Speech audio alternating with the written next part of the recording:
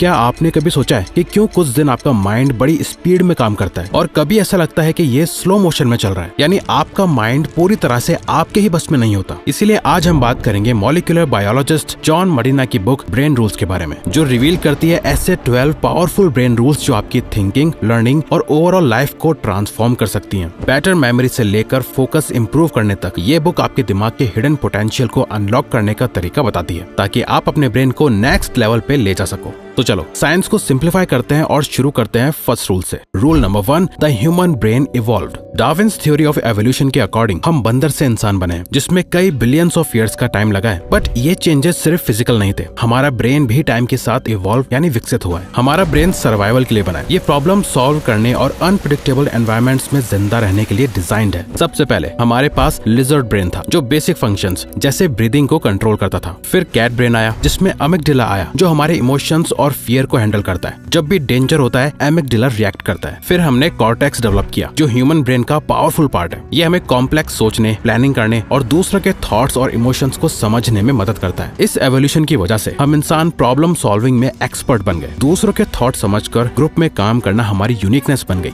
और यही रीजन है कि हम इस प्लेनेट अर्थ को डोमिनेट कर पाए। Rule number 2, exercise boosts brain power. हमारे ब्रेन का बेस्ट फ्रेंड है मूवमेंट। एवोल्यूशन के दौरान हमारे पूर्वज दिन भर मूव करते थे, वो शिकार करते, घूमते रहते, और इस मूवमेंट ने उनका ब्रेन शार्प रखा। आज के जमाने में हमारी सेडेंटरी लाइफस्टाइल से ह्यूमन ब्रेन को वो मूवमेंट नहीं मिलता जो जरूरी है। जब हम एक्सरसाइज करते हैं तो हमारे ब्रेन को ग्लूकोज और ऑक्सीजन मिलता है, जो न्यूरॉन्स को जिंदा रखता है और नए ब्रेन सेल्स बनाता है। हार्वर्ड के साइकियाट्रिस्ट जॉन रेटी कहते हैं कि एक्सरसाइज मिरेकल ग्रो की तरह काम करती है आपके न्यूरॉन्स के लिए। मिरेकल ग्रो एक प्लांट फर्टिलाइजर है, जो प्लांट्स को ग्रो करने और हेल्दी बनाने में मदद करता है। बिल्कुल इसी तरह एक्सरसाइज आपके ब्रेन के न्यूरॉन्स के लिए एक फर्टिलाइजर जैसा काम करता है। जब आप एक्सरसाइज करते हो तो आपके ब्रेन में ब्रेन डिराइव्ड न्यूरोट्रॉफिक फैक्टर नाम का केमिकल रिलीज होता है, जो न्यूरॉन्स को ग्रो करने और रिपेयर करने में मदद करता है। Rule number 3, sleep well think well, sleep is king. जब हम सोते हैं तो हमारा ब्रेन दिन भर के इन्फॉर्मेशन को प्रोसेस करता है, उन्हें छांटता है और उनको याद रखने लायक मेमोरीज में बदलता है। नींद के बिना आपका ब्रेन स्लो हो जाता है, आपकी डिसीजन मेकिंग एबिलिटी और मेमोरी दोनों कमजोर हो जाती हैं। हार्वर्ड की एक स्टडी ये दिखाती है कि अगर आप स्लीप डिप्राइव्ड हैं तो आपका रिएक्शन टाइम और कॉग्निटिव एबिलिटीज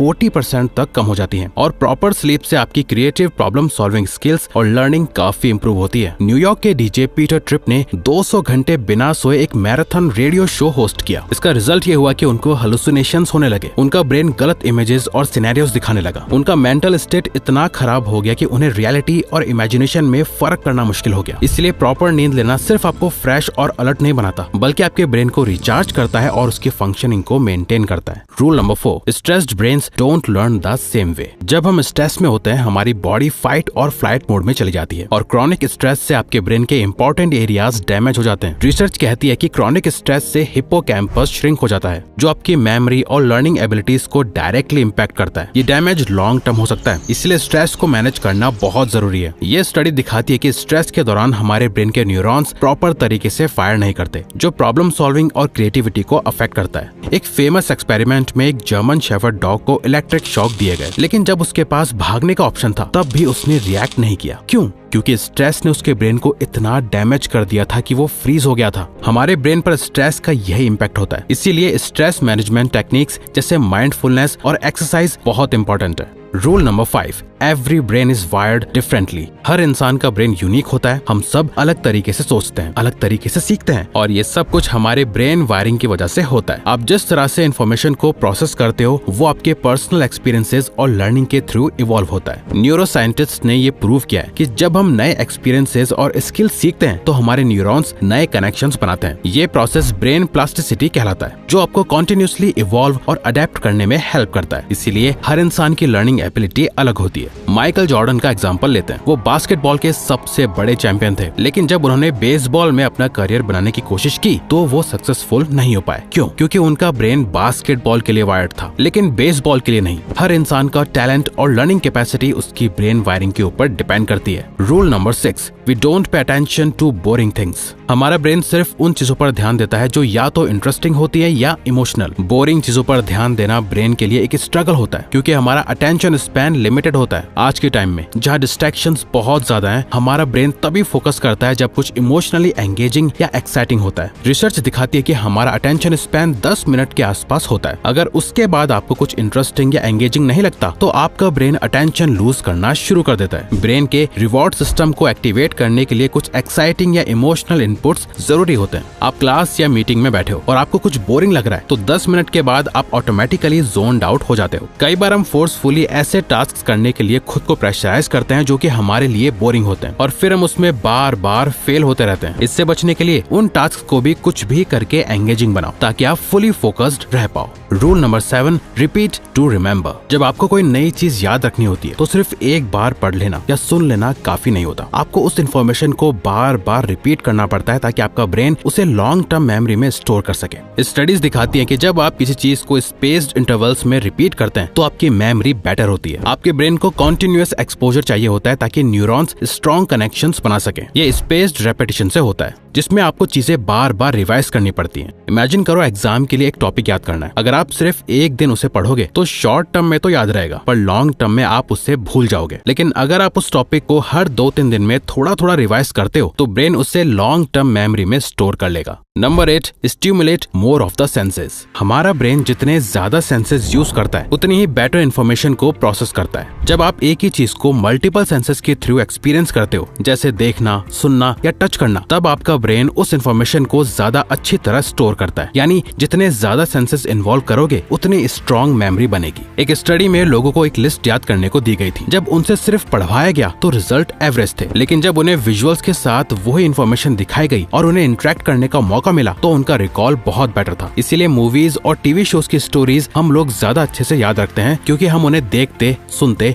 और एक्सपीरियंस करते हैं। अगर आप सिर्फ कोई चीज पढ़ रहे हो तो ब्रेन का एक लिमिटेड पार्ट ही एक्टिव होता है, लेकिन जब उस चीज को आप देखते हो या सुनते हो आपके ब्रेन के ज्यादा एरियाज एक्टिव हो जाते हैं जो लर्निंग और मेमोरी को और इफेक्टिव बना देते हैं। और बात करें सबसे पावरफुल सेंसेस की तो वो है vision. Rule number 9, vision Trump's all other senses. हमारा ब्रेन अपनी 50% एनर्जी सिर्फ विजुअल प्रोसेसिंग में लगाता है। जब हम कुछ देखते हैं ब्रेन उस विजुअल को एक स्टोरी में कन्वर्ट करता है जो मेमोरी में स्ट्रांगली स्टोर हो जाता है। विजन को सुपर सेंस कहा गया है क्योंकि विजुअल लर्निंग सबसे पावरफुल तरीका होता है इन्फॉर्मेशन को याद रखने का। एक एक्सपेरिमेंट में लोगों को एक स्पीच सुनाई गई थी लेकिन बिना विजुअल्स के उन्होंने जल्दी इंटरेस्ट लूज कर दिया। जब विजुअल्स ऐड किए गए तो लोगों ने इन्फॉर्मेशन को ज्यादा इफेक्टिवली समझा और याद भी रखा। ये प्रूव करता है कि हमारा ब्रेन विजुअल्स को प्रायोरिटी देता है और इसीलिए इमेजेस या वीडियोस हमारे दिमाग में ज्यादा स्ट्रांगली अफेक्ट करती हैं। रूल नंबर 10, स्टडी और listen to boost cognition. Henry एक 92 ईयर ओल्ड डिमेंशिया के पेशेंट थे जो सालों से बिल्कुल अनरिस्पॉन्सिव थे। उन्होंने अपनी मेमोरी और पर्सनैलिटी सब कुछ खो दिया था और डॉक्टर्स भी उनकी रिकवरी के चांसेस काफी कम मानते थे। लेकिन जब उनको उनका फेवरेट म्यूजिक सुनाया गया तो एक चेंज देखने को मिला। वो अचानक से गाने लगे, अपनी पुरानी यादें याद करने लगे और उन्होंने अपने पुराने एक्शंस तक दिखाने शुरू कर दिए। म्यूजिक का असर सिर्फ इमोशंस तक लिमिटेड नहीं है, ये ब्रेन के कॉग्निटिव फंक्शंस को भी बूस्ट करता है। स्टडीज ने प्रूव किया है कि म्यूजिक से मेमोरी, अटेंशन और लर्निंग स्किल्स इंप्रूव होती हैं। म्यूजिक का डायरेक्ट कनेक्शन हमारे ब्रेन के मल्टीपल रीजन से होता है जो मेमोरी और फोकस को एक्टिवेट करता है और ओवरऑल कॉग्निटिव परफॉर्मेंस को बढ़ाता है। रिसर्च कहती है कि स्पेसिफिक टाइप्स ऑफ म्यूजिक जैसे क्लासिकल म्यूजिक न्यूरॉन्स के फायरिंग रेट को सिंक्रोनाइज करती है जो प्रॉब्लम सॉल्विंग और कंसंट्रेशन को बेटर बनाता है। म्यूजिक थेरेपी उन लोगों के लिए भी हेल्पफुल होती है जिनके मेमोरी रिलेटेड इश्यूज होते हैं जैसे dementia. Rule number 11, male and female brains are different. हम सब जानते हैं कि मैन और वुमेन का सोचने का तरीका अलग होता है, लेकिन ये सिर्फ अपब्रिंगिंग या कल्चर की वजह से नहीं बल्कि साइंस कहते हैं कि उनके ब्रेन्स का स्ट्रक्चर और फंक्शनिंग भी डिफरेंट होती है। इसीलिए स्ट्रेस, इमोशंस और मेमोरी को प्रोसेस करने का मेल और फीमेल दोनों का तरीका अलग होता है। रिसर्च दिखाती है कि स्ट्रेस के वक्त मैन का राइट एमिग्डाला एक्टिवेट होता है जो उनको लॉजिकली समझने में मदद करता है, वहीं वुमेन का लेफ्ट एमिग्डाला एक्टिवेट होता है जो उनको इमोशनल डिटेल्स याद रखने में हेल्प करता है। इसीलिए स्ट्रेसफुल सिचुएशंस में मैन और वुमेन का रिएक्शन अलग होता है। Rule number 12, we are powerful and natural explorers.